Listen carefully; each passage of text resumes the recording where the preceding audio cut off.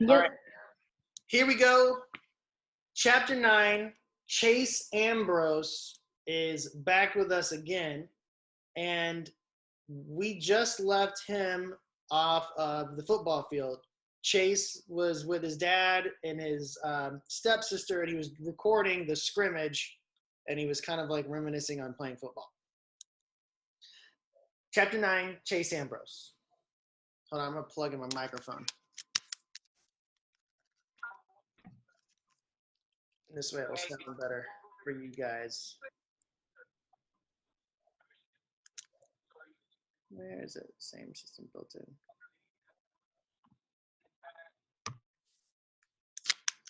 Get this in there. Well, maybe it won't work. Maybe I have to have it on beforehand. Oh well. Let's just start. After the scrimmage, I head down to the locker rooms to get some player interviews. I arrive just in time to see Aaron slamming the heavy metal door in Hugo's face. He staggers backwards straight into me and lets out a whoop of shock. Take it easy, Hugo, I tell him. It's just me. Hi, Chase, he manages, his voice faltering. I'm trying to shoot some footage of the team. He hefts his own flip cam. I thought Miss Delisle put me on that, I tell him. Oh, sure, totally, he says quickly. We were just afraid that you might, forget. What do you mean forget? I ask, a little annoyed. He retreats a step, blushing and looking plenty worried. No offense, he stammers. Before I can reply, the door opens and there's Bear. I told you it was his voice, he shouts. He calls me inside, shutting Hugo out again.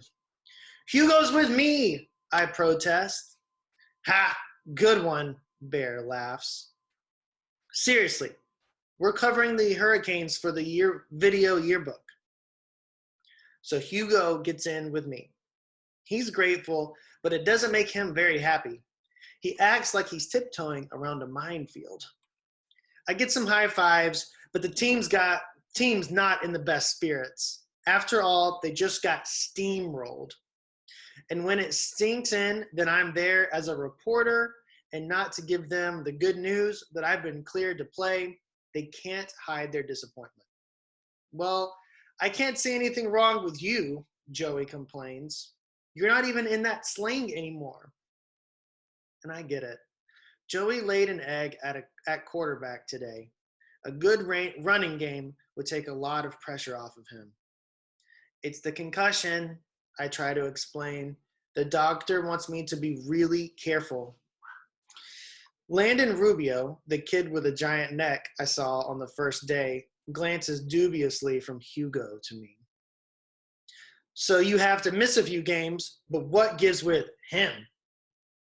Hugo attempts to point his camera and is beaten back by a hail of dirty, sweaty socks. I bristle. The video yearbook is doing a segment on every sports team, including golf and badminton. So when you're not in it, don't come crying to us. Yearbook? Joey echoes. Bad enough you're off the team. Now you're on yearbook staff? Video yearbook, Hugo amends. A snapping towel nearly takes his ear off. Guys, chill out. Aaron steps between the other players and Hugo and me. It isn't our boy's fault his doctor's a wuss. Cut him some slack. That doesn't explain why he's running around with a video, losers, Landon challenges. He's not running around with anybody, Aaron explains reasonably. He's covering the hurricanes, man. Making sure we look good in that yearbook thing. That's how he's helping the team while he's on the sidelines. Yeah, Rubio, snorts Bear. If I had a face like yours, I'd appreciate anyone who could make me look good, so shut up. I jump in as a peacemaker. Believe me, guys, I'll be back as soon as I get the word from my doctor. This makes the team happy, I can tell. Hugo shoots me a strange look, but how can I expect him to understand? He doesn't strike me as the kind of guy who plays sports, except for maybe in video games. Joey chucks a ball my way. I watch it almost as a spectator, as my hands reach out and snatch it from the air. My reaction time is A-OK. It feels good, like I'm back to an old self amnesia couldn't quite rob me of. We do a few interviews. The guys are chatty with me, hamming it up for the camera, like I'm running a selfie service. Hugo gets mostly one-word answers. When I notice he mumbles that we can fix it in editing, I don't see how any amount of editing can fix. What are your thoughts for the upcoming season? Good. Then again, I'm just a newbie, and nobody ever trusts me to show up for my first video club assignment anyway. When we're done, Hugo can't get out of there fast enough. This is hostile territory for him. But me, I feel like I'm home. Well, I'd love to talk your ear off about the road to the NFL glory, Aaron drawls. But Bear and I have to go water some old people. Wait, I'm going with you, I tell them. They stare at me like I've just announced that I'm flying to Jupiter. Dude, you don't have to go, Aaron reminds me. They cut you loose because you got hurt. It'll be fun. That falls flat, so I try again. We're teammates, right? You go, I go. Bear's eyes narrow. Exactly how much do you remember about the Graybeard Motel? Nothing, I reply honestly. He grins. If you want to go there when you don't have to, you didn't just scramble your brains, you knocked them out completely. Come on, how bad can it be? I'm semi-joking, but those two are so stone-faced that I start to wonder, yikes, what is this place? Is it Frankenstein's lab? Your call, Aaron says. It'll be good to have you back with us, even if you're nuts. The Portland Street Assisted Living residence is about a 10-minute walk from school. I know I was on community service here before, but the place is brand new to me. It's a boring 3-story building with a wide circular drive and a broad landscape front dotted with benches and outdoor picnic tables. There are several elderly people outside enjoying the warm weather. A couple of them wave and call out greetings to us. I wave back. Aaron and Bear ignore them. As the main door slides open in front of us, Bear mumbles, "Hold your breath." It's an odd combination of two smells that don't mix: fresh flowers and hospital-like antiseptic. Not great, but you get used to it in a hurry. We report to Nurse Duncan, who's the head nurse on duty. She's surprised to see me. I got better, I tell her, so I figured I should finish my community service off.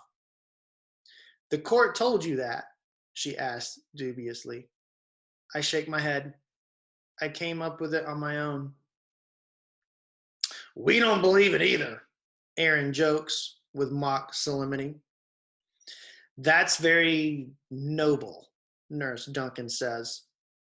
Well, I've got you boys on the snack cart today.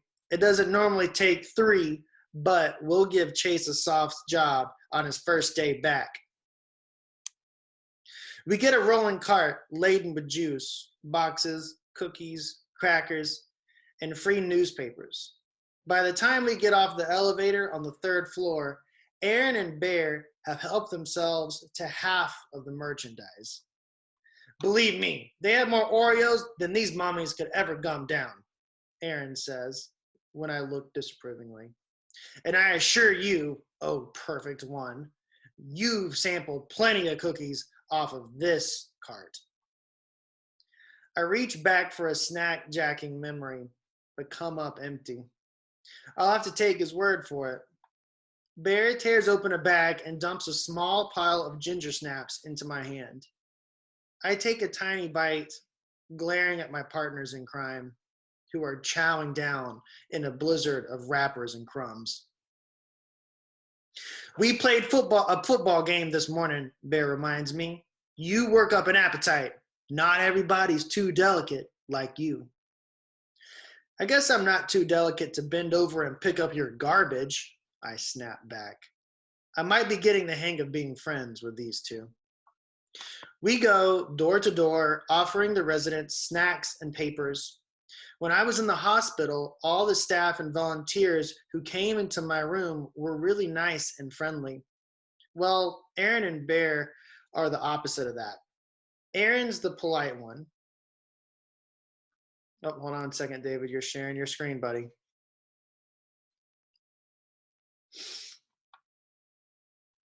Well, Aaron and Bear are the opposite of that. Aaron's the polite one. He flings the door wide and barks, "Snack cart!"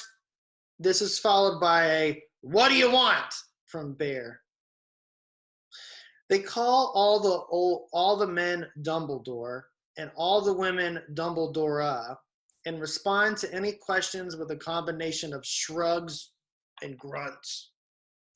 When I can't stand it anymore, I ask what I can do for everybody and usually end up adjusting bed heights, searching for lost TV remotes, and occasionally calling nurses. "You're slowing us down, man," Aaron complains. "At this rate, we'll never blow this Geritol stand." "Quiet," I hiss. "They'll hear you." I'm going to pause. So what do you think about Aaron and Bear's actions and attitudes toward the people they're supposed to be serving? They completely hate this. Yeah, are they communicating kindly? No. No, right? And this kind of goes to exactly the stuff we talk about in the classroom. I mean, it's very clear Aaron and Bear are saying nasty things, but it's also just like how you respect the space that you're in, right? Respecting the environment and communicating kindly. And these two guys are definitely showing anger and contempt and just being really nasty towards the people they're supposed to be serving. And Chase kind of seems frustrated about it, right? He's not going along with it. So let's jump back in. "Quiet," I hiss. "They'll hear you." "You're joking, right?" Bear sneers. "Most of these old fossils can't remember to change the batteries in their hearing aids. The last thing any of them heard was the A-bomb test at the Yucca Flat," which was like the atomic bomb test in like the 1950s. "They're not as deaf as you think," I shoot back. "The lady 212 definitely heard it when you ripped one in her living room." Aaron laughed. "No, that's the case. Those jokes are funny when it's the three of us. Not so much when the old people are around. Most of them are pretty frail. They definitely deserve more respect than they're getting from us. Maybe Aaron and Bear ran out of patience because they've got no choice about the community service, and I am here on purpose. Maybe I was out of patience too before my amnesia made me forget it. But I find the residents kind of interesting. They remember stuff in real life that you can only read about in history books. There's a lady in 326 whose father was one of the firemen on the scene of the Hindenburg disaster. You know what the Hindenburg disaster is? No. Okay. I'm going to type it in the chat, the name, so you can look it up. It was back when we were trying to experiment with, before we had airplanes, so a long time ago, right? They were trying to experiment with different ways to fly. And they had these big things called Zeppelins. You know the Goodyear blimp? The thing that Goodyear blimp flies over Cleveland all the time? You know what I'm talking about? Okay. The Hindenburg was like one of the earliest forms of one of those blimps. And today they fill them with a gas that's not flammable and it's safe, but they used to fill them with a type of gas that was flammable. And the Hindenburg was one that caught on fire. It was a really bad disaster. And it kind of became like a big controversy. So I'll type it in here for you. if you want to look up that reference later. The guy in 318 was a communications expert at Houston Mission Control when Neil Armstrong first set foot on the moon, making connections to your background there, William. In room 209 lives a guy who's totally blind, yet tells the most vivid stories of growing up 2 doors down from Baseball Hall of Famer Joe DiMaggio. The rule is that if someone is not in or sleeping, we leave a juice box and a packet of cookies on the table. The man in 121 is snoring enthusiastically in an easy chair when I notice the black and white photo on his nightstand. It's a picture of a young soldier bowing his head to receive a military decoration from an important-looking man with round, steel-rimmed spectacles. "Is that President Truman?" I whisper. Aaron looks bored. "Who cares? Let's get up out of here. If this Dumbledore wakes up, he'll talk your ear off." But I'm hooked. The only medal you get straight from the president is the Medal of Honor. This guy's a hero. "Big deal," Bear scoffs. "Back in the day, there were so many wars that they handed out medals like Hershey's Kisses."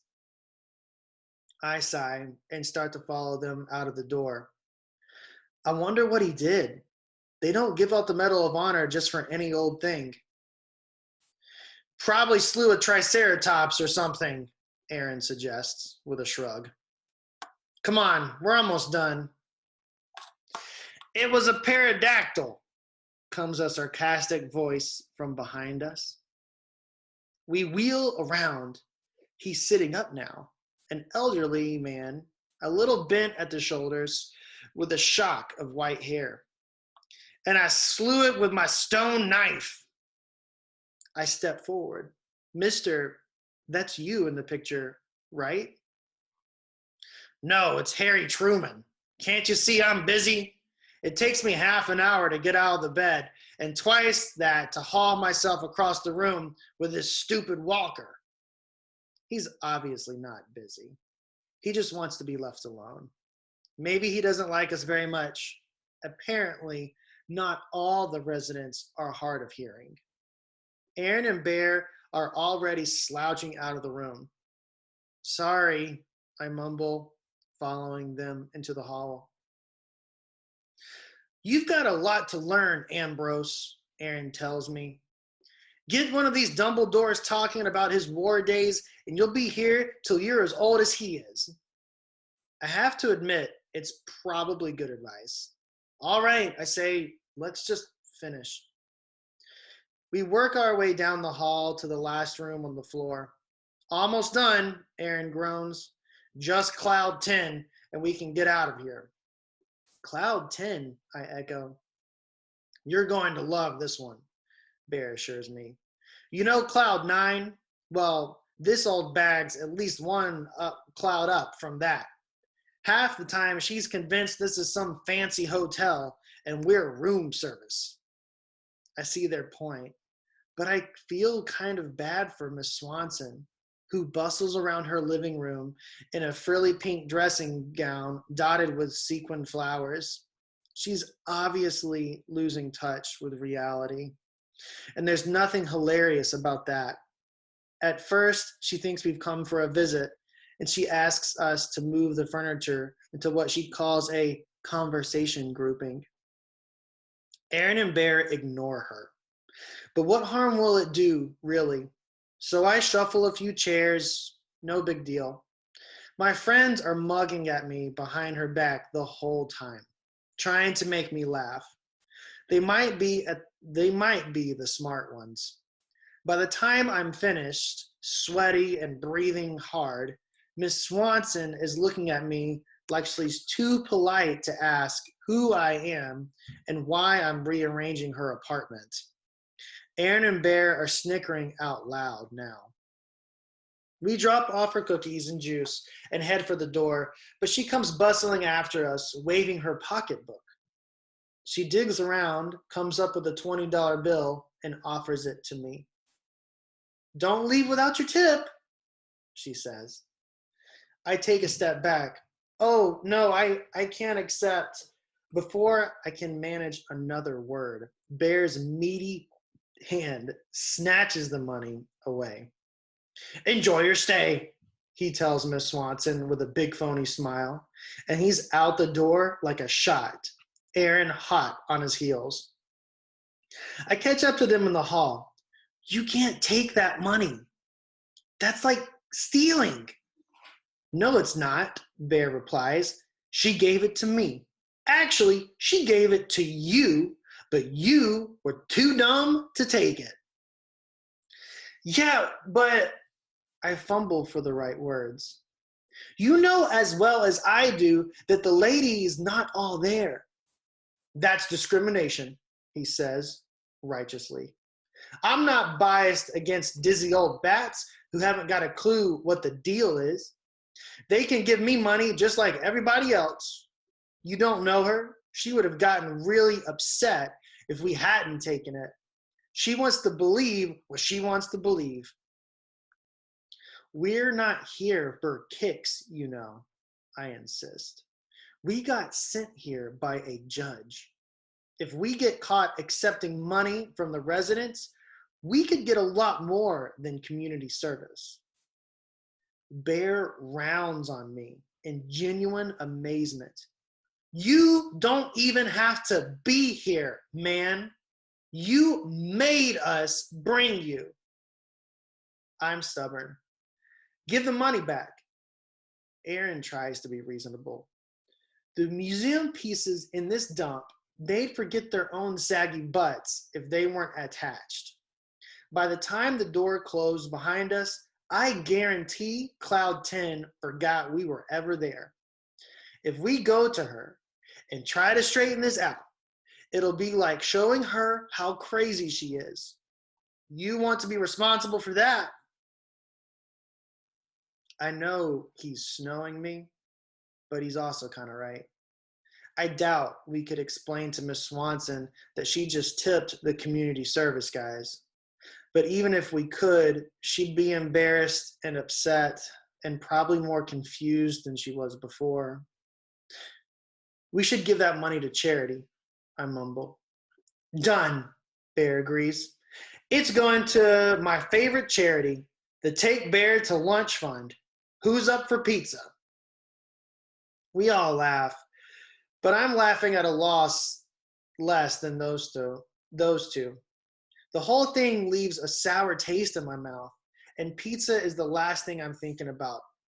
We stop in to see Nurse Duncan so Aaron and Bear can get their timesheet signed. I'm not technically on community service anymore, so there's no timesheet for me. Then we're heading for the pizza place like nothing ever happened. I keep looking at Bear, expecting to see the 20 glowing orange and burning through the pocket of his jeans.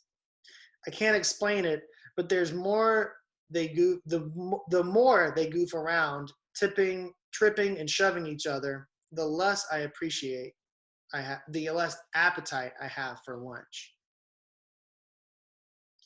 Are you okay, Ambrose? Aaron tosses at me in concern. You don't look so hot.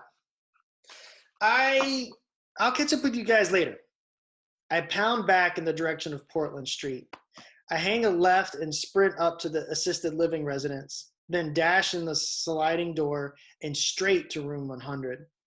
I pull a fistful of crumpled bills from my pocket and fish out a 20. Aaron's right. I'd never be able to explain to Miss Swanson why I'm giving her money for what she could only see as no reason. No, my plan is simpler than that. I'll slip it right under her door. When she notices it, she'll assume she dropped it. As I squat down and pass the bill through the gap between the door and the carpet, it occurs to me that if anybody sees me, it'll look like I'm the one doing something sleazy, not the one making it right. Luck is with me, though. I'm able to return the 20 unobserved. No, not return, I remind myself. I'm out $20 in this deal. I feel a little resentful when I picture Aaron and Bear feasting on pizza that I'm essentially paying for. but it's a small price tag for being able to sleep at night. As I make my way out again, I pause in front of 121, the Medal of Honors guy's room. I squint at the small plaque on the wall, Mr. Julius Soloway. The door is open a crack, and I catch a glimpse of Mr. Soloway struggling across the room in his walker.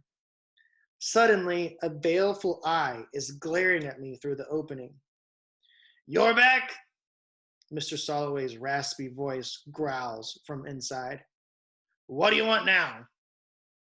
My instinct is to flee, but curiosity gets the better of me. "Which war was it?"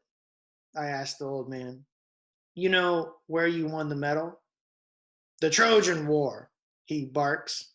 "Remember Achilles? I was the one who got him right in the heel."